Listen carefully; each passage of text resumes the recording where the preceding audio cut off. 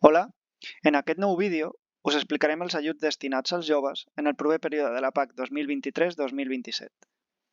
Una PAC que, en aquest cas, comptarà en el primer pilar amb l'ajut complementari a la renda per a joves i, en el Pla de Desenvolupament Rural o PDR autonòmic del segon pilar, amb l'ajut per a l'establiment de joves agricultors. L'ajut complementari a la renda per a joves del primer pilar bàsicament consisteix en un pagament que complementa l'ajut bàsic a la renda per a aquelles persones que tenen com a màxim 40 anys i s'han incorporat a l'activitat per primer cop i com a responsable d'explotació a l'any de sol·licitud o en els 5 anys anteriors.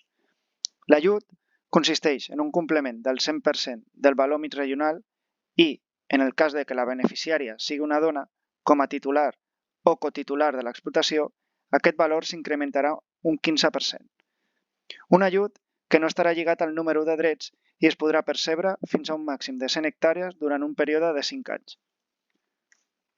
Per altra banda, tal com hem comentat anteriorment, en el nostre PDR autonòmic disposarem de l'ajut d'establiment de joves agricultors per a aquells i aquelles que disposen d'entre 18 i 40 anys i accedeixen per primer cop a la titularitat d'una explotació agrària, on s'haurà de realitzar l'itinerari formatiu exigit, que l'explotació agrària obtingui una renda unitària de treball mínima del 35% i ell o la jove aporti com a mínim 0,5 unitats de treball agrari per a l'explotació.